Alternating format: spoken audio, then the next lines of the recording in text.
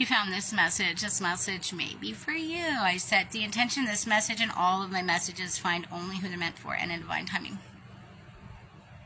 I just made a whole message, but for whatever reason, there was no sound. Pretty sure I know the reason, but we're not going to talk about that. I'm going to try to remake the message and try to reword it or find another way to talk about some of the stuff. So basically, one of the first things I want to talk about is how, let's see. Yeah, there we go. Is how, like, a lot of people want me to either, like, slow down my pace or do things differently. Like, people want me to do things a million different ways that make sense to them. The thing is like, I am not meant to make sense to everybody. Not everybody's meant to understand me. And I don't intend on doing anything any different than what I'm doing right now, because I've been successful. I've been very successful with the way that I've been doing things right now, and it doesn't matter how it looks to anybody else. This is especially true for people that are part of, like, the Masons, the Eastern Star, the Illuminati, other occult or secret societies, etc. They feel like, there's a certain path that I should follow in order to gain enlightenment or the level of, I want to say spiritual evolution, the level of consciousness that I have. They feel like, how could I have this level of consciousness and not have went through the things that they say that I would have had to go through, like the path that they use, that they claim that they swear by. The thing is in a lot of those groups, especially like the Masons and the Illuminati, one of the main things that they use is fear-based control mechanisms. And personally, not a fan of that kind of stuff, so I'm not going to do anything that's using that type of stuff, those types of techniques. That's not going to be for me, not now, not never. That's why, if anything, I'd make my own path, make my own school, my own educational system, my own secret society, my own occult group. But the other thing is like, a lot of people don't really understand so much about how I have the dark and the light. They're like, how is somebody like that such a godly person? Somebody that smokes. I smoke heavily. I smoke a lot of cigarettes a day. I probably smoke like 2 packs a day almost. Maybe. Pretty close. And I roll them myself, so I save money. I'm a cheapskate. That's another thing. I'm a cheapskate. I'm just a lot of things. A lot of things where I embrace and embody the darkness within me. Like, I wear both my dark and light together so well, but it all ends up working for the light. So people don't, that's the thing I think people don't always necessarily understand. I don't even know where I was. I stopped at 332. Just saw 333. But anyway, my point is I'm not doing what anybody tells me to do but the Most High, God himself. There are a lot of people that would like to get me to jump on the Jesus train and to be a big, huge supporter of Jesus. And don't get me wrong, I love Jesus. I love Yeshua. But I know him personally well enough to know that he never intended for anybody to worship him. In fact, he was pretty insistent in telling people to get the fuck out of the churches. And he never wanted to be worshipped. That was never his plan. He never said anything about any of that. That's just a way that control-based systems manipulated the knowledge that he did bring. He always said that the kingdom of heaven was within you.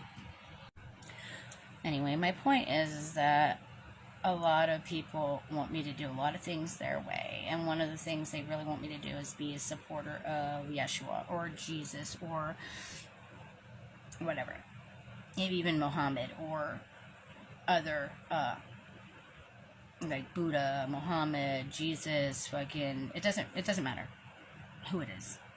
Don't get me wrong, I love Lao Tzu. I'm a huge fan. There are two sacred texts. If I was religious, it would either be I would be Taoist, or I would be, I don't know if they have a religion for the Thunder Mind, or the Thunder Perfect Mind. This is the newest sacred text that I've been obsessed with. I think they're talking about me. Anyway, the same with the Tao Te Ching. I think Lao Tzu is an energy that I connect with, because I relate. Like, there's certain ascended masters that I think may be the same as me, like, and I think Lao Tzu is one, and I think the Thunder Perfect Mind is another one. But it doesn't really matter. Every ascended master has their own energy, and Jesus or Yeshua is no different. And the thing of it is Jesus would never ever have told you to worship him. He said that we would do greater than him. He said that we should get out of the churches, that they were taking money and dishonoring the Father. And that's the thing. The whole point, any ascended master is going to try to redirect you inwards to connect to your divine self through your heart space, and connect to God, the Most High, the one and only creator of all things. And everybody can only connect to it through their own self. There's no one else that can connect you to it. Only you can connect yourself to it through inside of you. And I feel like this is something that has been misled, misrepresented, using fear and shame tactics, especially in religions like the Catholic religion. I don't know a single Catholic person that doesn't live with immense amounts of guilt or shame. And then these groups like the Illuminati, the Eastern Star, the Masons, etc., they use guilt and shame as a control tactic too. I think as a society, like, we shame curiosity in sexual areas. Like, it's okay for a girl to be bisexual, but it's not okay for a boy to be bisexual. And I think that is a big part of the problem, is because it's natural for anybody to be curious. I feel like we need to encourage the curiosity, especially during the teenage years, and allow people to explore and decide for themselves. And then there won't be a way for these groups or these energies to manipulate people and hold it over their head, because that's a big part of what they do. They get them to do things with other men or other women, and they video it, and then they basically blackmail them. And these people are so afraid of it getting out, which is terrible. Like, here's the thing is, if I were you and you were in this situation, I would say, fuck it, release the tape, and have absolutely no shame about it. Just be like, so what? I did it like everybody else did. It's not that big of a secret. You know what I mean? Everybody knows what you guys do in those groups. No offense, but it's not exactly as secretive as you think. It's a lot of people that are closet gay, and if they're not, they're at least bi-curious or whatever it be, and I don't understand how you guys let people use these things, hold these things over your head, because I'm just not that way. Like, I'm a kind of person that I will own every single fucking thing. Like, there's nothing that anybody can really hold over my head. Like, I know that I've made mistakes. Everybody does. But I also know that I've done the best I could every single time with whatever information or whatever I had at the time. So I know a lot of different stuff now that I didn't know 10 years ago. You know what I mean? I know I would make different choices now, but I don't regret the choices that I made in the past. They taught me, and that's how I know to make the choices that I know to make now.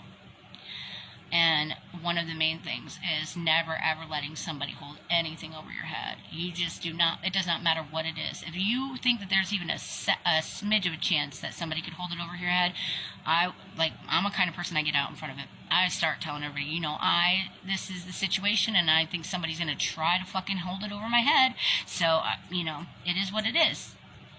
And take their power away. Snatch that shit up so fast, so fucking just snatch it from them. Don't let them have that power. Own that shit. Own whatever it is, being gay or whatever. Don't let anybody ever have something to hold over your head.